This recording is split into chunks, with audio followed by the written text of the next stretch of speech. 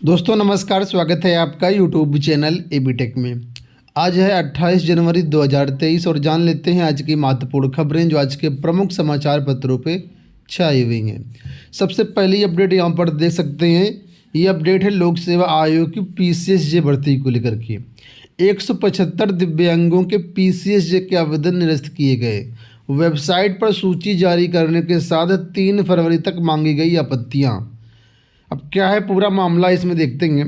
तो लिखा है कि उत्तर प्रदेश लोक सेवा आयोग ने न्यायिक सिविल सेवा जज जूनियर डिवीजन पीसीएसजे परीक्षा 2022 के लिए 175 अभ्यर्थियों के आवेदन रद्द कर दिए हैं। सभी आवेदन दिव्यांग की अलग अलग उप श्रेणियों के हैं। इस पर 3 फरवरी शाम 5 बजे तक आपत्ति मांगी गई है। पीसीएसजे के 303 पदों पर भर्ती के लिए 10 दिसंबर से प्रक्रिया प्रारंभ हुई थी। प्रारंभिक परीक्षा 12 फरवरी को प्रस्तावित है। आवेदनों की जांच के बाद शुक्रवार को आयोग ने 175 अभ्यर्थियों के आवेदन रद्द कर दिए। आयोग ने स्पष्ट किया है कि पीसीएसजे के लिए दिव्यांग की 8 उप श्रेणियों जो कि यहाँ पर मेंशन है के ही आवेदन स्वीकार किए जाएंगे। इससे इतर जो भी उप श्रेणियाँ होंगी उनके आवेदन स्वीकार नहीं किए जाएंगे। आयोग के अनुसार जो आवेदन निरस्त किए गए हैं वे इन 8 उप श्रेणियों में नहीं हैं। ठीक है, इसके खिलाफ अभ्यर्थी ईमेल आईडी जारी की गई। इस ईमेल आईडी पर अपनी आपत्तियां भेज सकते हैं। इसके अलावा डाक या व्यक्तिगत रूप से भी 3 फरवरी शाम 5 बजे तक आपत्तियां दर्ज करा सकते हैं। तो जो भी अभ्यर्थी ऐसे हैं जिनके फॉर्म निरस्त हुए हैं, लोक सेवा आयोग की वेबसाइट पर अपना स्टेटस चेक कर लें, लिस्ट चेक कर लें। अगर उसमें नाम है और आपका फॉर्म गलत निरस्त हुआ है तो अपना जो आपत्ति है आप दर्ज करवा सकते हैं। 3 फरवरी तक मौका मिलेगा, बाद में कोई मौका नहीं दिया जाएगा। एक बड़ी अपडेट यहाँ पर राजकीय इंटर कॉलेजों में एलटी ग्रेड भर्ती को लेकर के। आप लोग जानते हैं कि इसका कोर्ट केस चल रहा था आरता मामले को लेकर के। उसका फाइनल ऑर्डर आ चुका है और जिसकी इस अपडेट यहाँ पर आप लोग देख सकते हैं। मामला यहाँ पर ये है कि हिंदी विषय जो कि आप लोग जानते होंगे कि चयन बोर्ड में उसकी आर्ता कुछ और है और एलटी ग्रेड लोक सेवा आयोग जो आर्ता रखता है उसकी आर्ता कुछ और है। इसी लेकर के बहुत सारी याचिकाएं डाली गई थी। इस पर देखिए हाईकोर्ट की डबल बेंच का क्या आदेश आया है। डबल बेंच ने सरकार के पक्ष में फैसला दिया है, एलटी ग्रेड के पक्ष में फैसला दिया है। तो यहाँ पर देखो लिखा है कि इलाहाबाद हाईकोर्ट ने उत्तर प्रदेश अधीनस्थ शिक्षा टीजीटी सेवा नियमावली के 8(6) को वैध करार दिया है और कहा कि यह रेगुलेशन का विरोधाभासी नहीं है। यह अनुच्छेद 309 के अंतर्गत मिले नियम बनाने के अधिकार का अतिक्रमण नहीं करता है। इस नियम में राज्य की इंटर स्कूल एवं कॉलेजों में सहायक अध्यापक हिंदी की भर्ती योग्यता संस्कृत के साथ स्नातक व बीएड के अलावा इंटर में संस्कृत की अनिवार्यता निर्धारित की गई है। अनिवार्यता की वैधता को चुनौती दी गई थी। कहा गया था कि संस्कृत के साथ स्नातक व बीएड धारक याचियों को भर्ती में शामिल होने का मौका दिया जाए, जिसे कोर्ट ने नहीं माना और याचिकाएं खारिज कर दी। यानी सभी अभ्यर्थियों की याचिकाएं जो है खारिज हो चुकी हैं। फैसला सरकार के पक्ष में गया है। अब सरकार के पक्ष में गया तो यहाँ पर क्या इसका निष्कर्ष निकला आपको बता दें। कुल मिलाकर के 95 याचिकाएं लगी थी। इन सभी 95 याचिकाओं की एक साथ ट्रैक करते हुए सुनवाई हुई और इसमें जो है सरकार ने कहा कि हम तब तक किसी मामले पर हस्तक्षेप नहीं कर सकते हैं जब तक, देखिए यहाँ पर लिखा है कि नियम बनाने की सक्षमता ना हो, दूसरा मूल अधिकारों का उल्लंघन ना हो और तीसरा कोई ऐसा आधार जिसमें सक्षमता को अवैध ठहराया जाए। तो इन 3 मामलों पर देखते हुए हाई कोर्ट को लगा कि बिल्कुल सही है। इस वजह से कोई भी छेड़छाड़ नहीं की। सरकार के पक्ष में फैसला यहाँ पर दिया है, आयोग के पक्ष में फैसला यहाँ पर दिया है। ठीक है, अब यहाँ पर देखिए लिखा है कि मामला इसका कंक्लूजन पे आते हैं हम लोग। तो यहाँ पर देखिए साफ तौर पर दिया गया है कि कोर्ट ने कहा कि शिक्षा की गुणवत्ता बनाए रखने के लिए सरकार को योग्यता मानक तय करने का अधिकार है।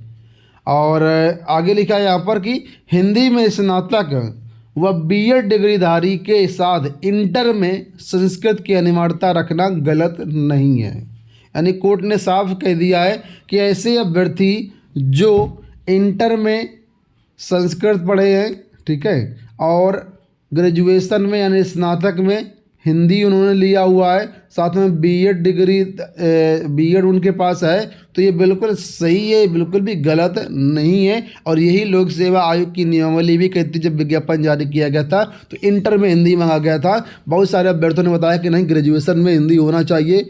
तो इसी मामले को लेकर के यहाँ पर सुनवाई हुई थी। अगली अपडेट देखिए यहाँ पर यूपी पुलिस को लेकर के है कि यूपी पुलिस में मिनिस्ट्रियल स्टाफ के 186 अभ्यर्थी चयनित है। यूपी पुलिस में मिनिस्ट्रियल स्टाफ के लिए पुलिस भर्ती प्रोन्नति बोर्ड ने 186 और अभ्यर्थियों को चयनित किया है। बोर्ड ने पुनर्मूल्यांकन के बाद नई मेरिट लिस्ट जारी की है। दरअसल पहले बोर्ड ने ऐसे 124 अभ्यर्थियों का चयन निरस्त कर दिया था, जिन्होंने उप निरीक्षक नागरिक पुलिस में चयनित होने के बाद सहायक उप निरीक्षक लिपिक लेखा एवं सतर्कता की परीक्षा भी दी थी और चयनित हो गए थे। इनमें से 6 अभ्यर्थियों ने मिनिस्ट्रियल स्टाफ बनने का विकल्प चुना। बोर्ड ने शेष 118 अभ्यर्थियों का चयन मेरिट के आधार पर कर लिया है। तो यहाँ पर जो भी अभ्यर्थी हैं वो देख सकते हैं अपना रिजल्ट, 186 और अभ्यर्थी चयनित किए गए हैं। यूपी में खिलाड़ियों को सरकारी नौकरी जल्द। राज्यपाल आनंदीबेन पटेल ने कहा है कि राज्य सरकार जल्द ही कई अन्य खिलाड़ियों को सरकारी नौकरी देने जा रही है। जब कोई खिलाड़ी बनता है तब उनकी शारीरिक, मानसिक, बौद्धिक क्षमता के साथ सबसे महत्वपूर्ण अनुशासन बढ़ता है। राज्यपाल गुरुवार को राजभवन में कॉमनवेल्थ गेम्स 2022 व 36वें नेशनल गेम्स 2022 में पदक जीतने में प्रतिभाग करने वाले खिलाड़ियों के सम्मान समारोह को संबोधित कर रही थी।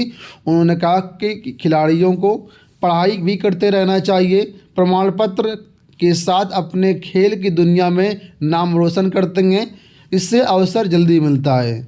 तो यहाँ पर कुल मिलाकर के इनका कहने का मतलब सरकारी नौकरियाँ भी इनको जो है जल्द दी जाएंगी। यहाँ पर देखिए यूपी बोर्ड को लेकर के अपडेट की ओएमआर पर पहले से लिखा होगा अनुक्रमांक। 16 फरवरी से प्रस्तावित हाई स्कूल परीक्षा में पहली बार ओएमआर सीट का इस्तेमाल करने जा रही यूपी बोर्ड के छात्र छात्राओं को सहूलियत भी मिलेगी। और यहाँ पर ओएमआर पर पहले से रोल नंबर प्रिंट होकर के आएगा, ताकि परीक्षा के दौरान सीट भरते समय गलती की आशंका न रह जाए। ओएमआर के संबंध में बोर्ड सचिव दिव्यकांत शुक्ल ने 25 जनवरी को सभी डीआईएस को विस्तृत दिशा निर्देश जारी किए हैं। ठीक है, और लिखा कि परीक्षा के दौरान यदि ओएमआर भरने में कोई गलती हो जाती है तो उसके काट करके या मिटा करके व्हाइटनर न लगाया जाए। ठीक है, ऐसी सीट को निरस्त करके ऑरेंज कलर की अतिरिक्त ओएमआर सीट परीक्षार्थियों को दी जाएगी, जिससे उन्हें अनुक्रमांक, विषय समेत अन्य महत्वपूर्ण सूचनाएं भरनी होंगी। तो ये अच्छी बात है यहाँ पर कि अगर गलती हो जाती है तो एक आपको अलग से ओएमआर मिलेगी। ठीक है, और हेरा फेरी करने के लिए यहाँ पर काउंटर फॉइल भी रहेगा। जो ओएमआर है वो 2 भागों में बनाई गई है। परीक्षा के बाद कक्ष निरीक्षक ओएमआर के ऊपर विभाग को व नीचे भाग को काट कर अलग अलग रखेंगे और अलग अलग लिफाफे में उसको सील करवाएंगे। बात करते हैं रेलवे ग्रुप डी की। तो नौकरी की दौड़ को आज जुटेंगे अभ्यर्थी। रेलवे ग्रुप डी के लिए सेकंड फेज में जो है पीटी परीक्षा आज से पुनः प्रारंभ हो रही है।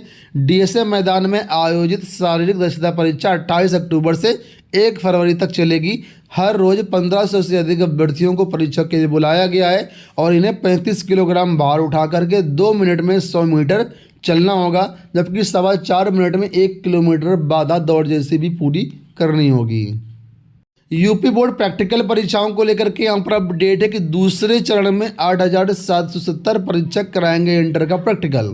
पहले फेज की जो प्रैक्टिकल परीक्षाएं आज से समाप्त हो रही हैं। दूसरे चरण की परीक्षाएं जो है कल 29 जनवरी से प्रारंभ होकर के 5 फरवरी तक चलेंगी।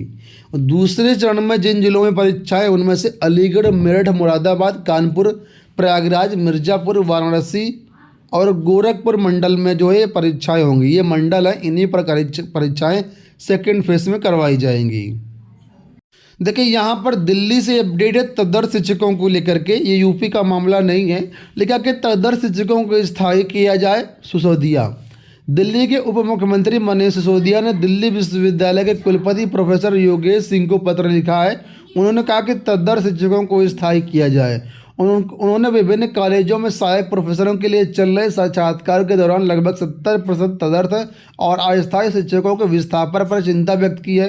उन्होंने स्थायी भर्ती में तदर्थ शिक्षकों को शामिल करने की आवश्यकता पर जोर दिया है, क्योंकि उनमें से कई दशकों से दिल्ली विश्वविद्यालय कॉलेजों में पढ़ा रहे हैं उनके पास विभिन्न बैकग्राउंड के छात्रों के साथ व उनकी शैक्षिक ज़रूरतों को बेहतर ढंग से पूरा करने का अनुभव है। तो ऐसा बात यहाँ पर है और ये दिल्ली की अपडेट है कि तदर्थ शिक्षकों को स्थायी किया जाए, ये कहना है मनीष सिसोदिया का। तो दोस्तों ये हो गई आज की सारी अपडेट। इस वीडियो में इतना ही। धन्यवाद।